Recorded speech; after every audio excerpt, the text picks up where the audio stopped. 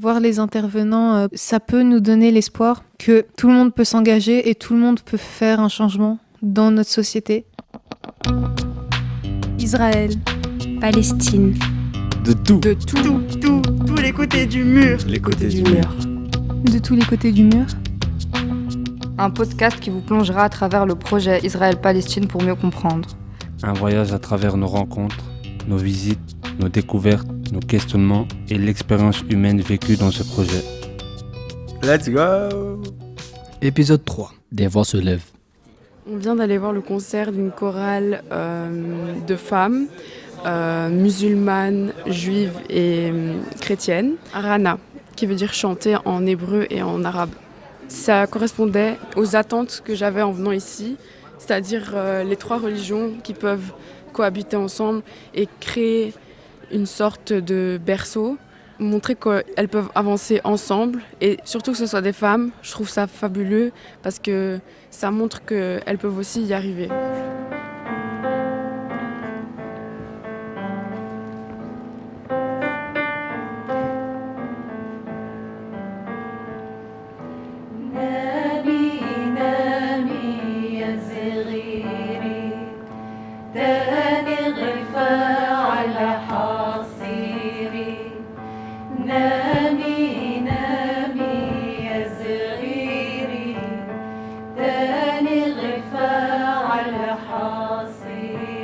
Bonjour, est-ce que vous pouvez d'abord vous présenter ?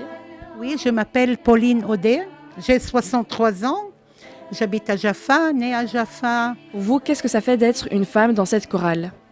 Pour moi, ça fait tout, parce que ça c'est le seul moyen pour moi, pour une femme arabe qui habite à Jaffa, et c'est la seule façon de faire quelque chose pour moi, de sortir un peu de la maison, de jouir et d'avoir un plaisir de rencontrer les dames et de chanter, puisque j'adore chanter. Et donc pour vous, c'est quoi être une citoyenne engagée ? On le fait à travers les chansons. Je pense que c'est la meilleure manière d'être activiste, de faire entendre notre voix à travers la chanson et pas à travers les cris ni à travers la violence.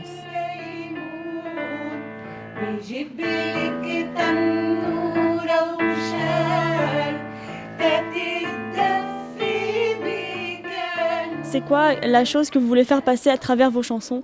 C'est une manière de manifester notre voix, de faire entendre notre voix, que les femmes ont une place dans ce monde. Et les femmes, elles peuvent arriver à faire la paix dans le monde à travers leur voix et à travers leurs chansons. Si le monde qu'on dit mal, avec un accent circonflexe sur le A, il nous permet de faire entendre notre voix. À travers vous, les jeunes, et à travers nos rencontres avec vous chaque année, et on espère que notre voix arrivera loin.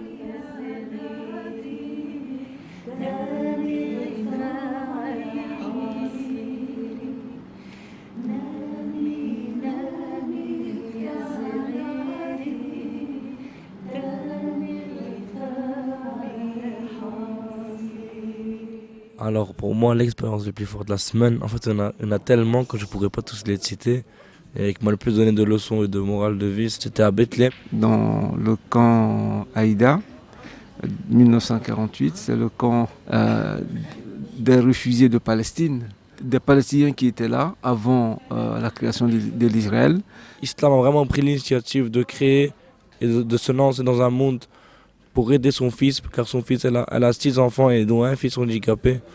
Du coup, elle s'est dit, si mon fils n'a pas d'école, je la créerai moi cette école. Je trouve ce geste incroyable. Au début, personne ne l'aimait. Après quelques années, les personnes ont compris et maintenant ils sont en train de l'aider. Et aussi, ce qui m'a vraiment marqué, ce sont les enfants. Ils vivent dans un endroit instable, au port de la frontière. Vraiment, ils ont le mur, ils dorment à côté du mur, quoi.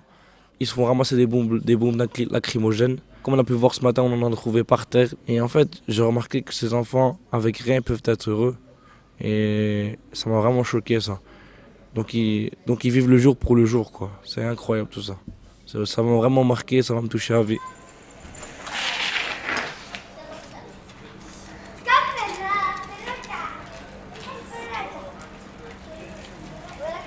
malgré cette situation difficile, cette femme Islam et son mari se battent pour donner en tout cas un semblant de dignité aux habitants du camp. Ici vous avez l'entrée du camp. Et alors, vous avez le symbole comme vous voyez au-dessus d'une clé. Que symbolise cette clé? C'est la clé, pour eux c'est le droit au retour, retourner dans leur village de leurs ancêtres. Donc c'est un symbole très fort.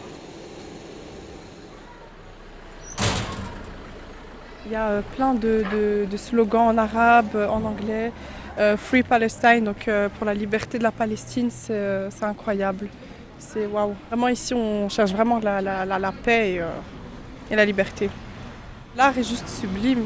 Ils expriment leur opinion en écrivant sur les murs. C'est juste incroyable, c'est beau. Shabab, salam alaikum shabab, kayfa halukum? Alhamdulillah. In 2009, they started building the wall just for. Donc, ils ont construit ce mur en 2009 et d'année en année, ils ont augmenté la hauteur de plus en plus, mètre par mètre, et maintenant, vous pouvez voir ce que ça donne.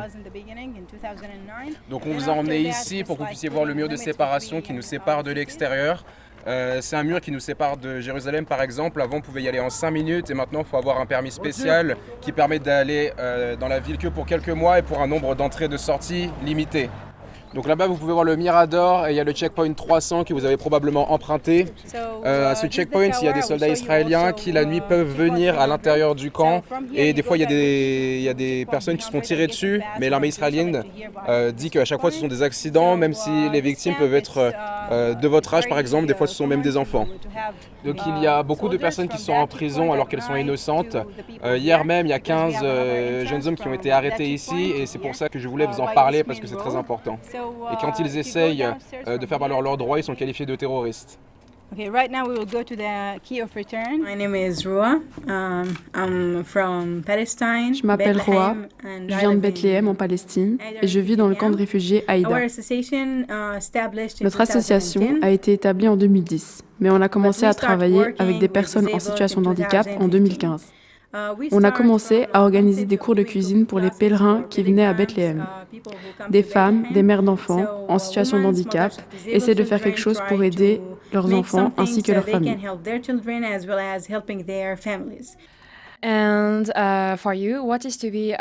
Pour vous, c'est quoi être un citoyen engagé?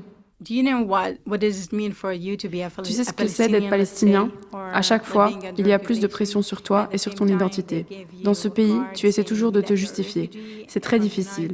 On est en vie et des générations avant nous ont survécu. Donc maintenant, on fait quoi? Je ne sais pas comment l'expliquer, mais telle est la situation. Tu essaies toujours de te justifier auprès des autres, de donner ton identité à tous ceux qui t'entourent. Tu n'es pas toi-même, mais tu es ici. Pour nous, les Palestiniens, la paix avec les Israéliens n'est pas un problème.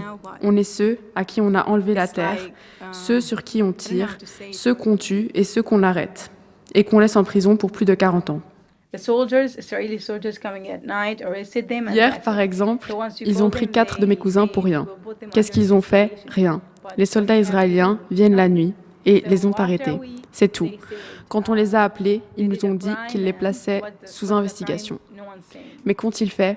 Rien. Une semaine plus tard, ils nous ont dit qu'ils avaient commis un crime, mais refusaient de nous dire lequel. C'est ce qui se passe ici. Il y a beaucoup de gens qu'on envoie en prison pour le reste de leur vie alors qu'ils n'ont rien fait. C'est pour ça qu'il faut comprendre la situation.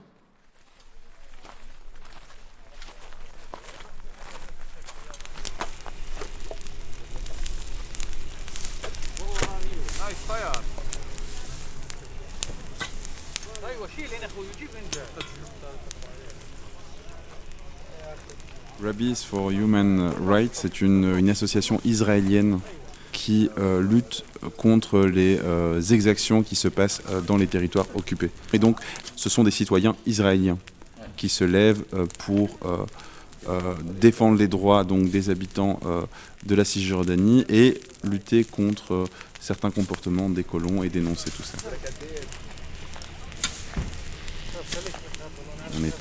On était là pour accompagner ces activistes dans le cadre de la cueillette des olives. Il y a un double enjeu, donc les aider physiquement, donc apporter une aide en matière de ressources humaines. Et puis, pour les activistes qui représentent cette association, c'était aussi une manière de servir en quelque sorte de bouclier pour ces agriculteurs.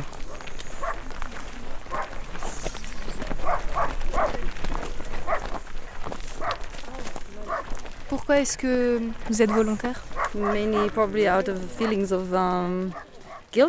Elle nous a dit qu'elle aidait les Palestiniens surtout à cause d'un sentiment de culpabilité, parce qu'elle trouve ça inadmissible qu'ils aient très peu de temps pour pouvoir collecter les olives.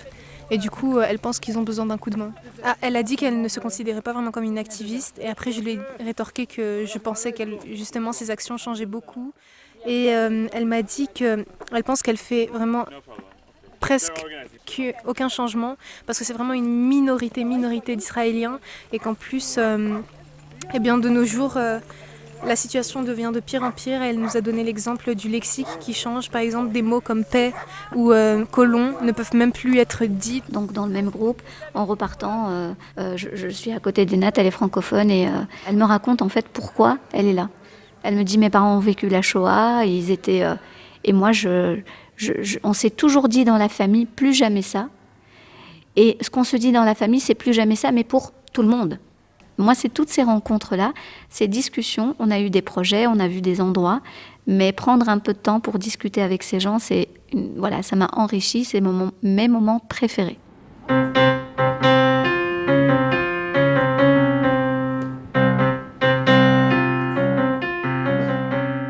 Au début du voyage, on a rencontré Breaking the Silence, une organisation non gouvernementale israélienne qui existe depuis 2004 à Jérusalem-Ouest. Et elle rassemble des soldats et des vétérans des forces de défense israéliennes. On leur a posé la question de savoir comment leurs proches réagissent par rapport à leur engagement au sein de leur organisation. Notre organisation n'est pas très connue dans les médias mainstream en Israël. Par exemple, mon frère ne parle pas de ce que je fais à ses amis, et les parents de mon compagnon ne veulent pas en entendre parler. On a aussi des attaques en ligne, et on a récemment été attaqué en justice, et ça, ce n'est pas la première fois. C'est ce qui se passe pour beaucoup d'associations qui essayent de s'opposer à l'occupation. Et je ne vous parle même pas des associations palestiniennes qui essayent de s'opposer à l'occupation. En octobre dernier, 6 organisations ont été qualifiées de terroristes par le ministre de la Défense et ont été fermées en avril dernier. Des associations qui traitaient des droits des femmes, enfants et j'en passe.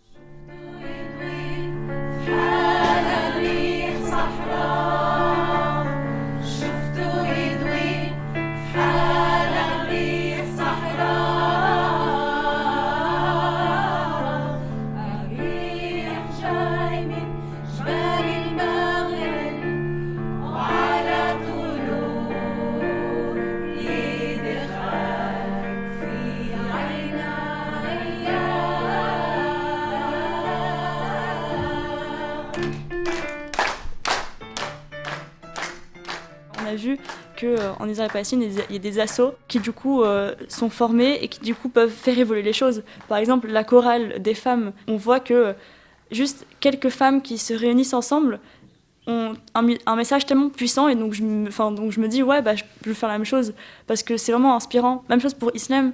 Elle, une femme seule dans une société patriarcale, elle fait plein de choses, quoi. Du coup, c'est si inspirant et je me dis waouh, je veux trop être comme ça, quoi. Du coup, c'est incroyable. À Bruxelles, je veux vraiment plus m'engager, que ce soit pour la cause du conflit israélo-palestinien, mais pour d'autres causes qui me tiennent à cœur, par exemple le droit des femmes, la cause LGBT, l'écologie, etc. Moi, si je suis déjà dans une SBL et que je m'engage déjà, je ne ressens pas ce besoin d'en faire plus. Même si je ressens le besoin de pouvoir transmettre à d'autres personnes de ce qu'on a vécu. Ça, je trouve que pour moi, c'est primordial. Donc moi, personnellement, j'en ai parlé à ma famille parce que depuis toute petite, on me parle de ce conflit, donc j'ai baigné là-dedans. Mais c'est vrai que c'est compliqué de mettre des mots sur ce qu'on a vécu. C'était très intense en peu de temps et je pense pas avoir encore totalement digéré. Et je suis encore en période de questionnement, si on peut appeler ça comme ça. Et donc c'est vraiment compliqué. Mais je compte vraiment m'engager beaucoup plus par la suite. Mais après avoir vraiment assimilé tout ce que je viens de vivre, j'ai vraiment envie de m'engager beaucoup plus. Parce que je pense qu'on peut... on peut faire quelque chose. Mais je suis très contente d'avoir vécu cette expérience.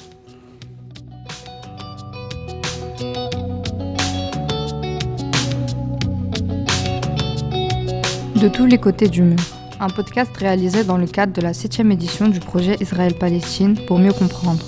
Avec la participation d'Adriana, Fontaine, Asna, Jennifer, JN, Malika, Mariama, Rania, Reda, Sarah et Walid.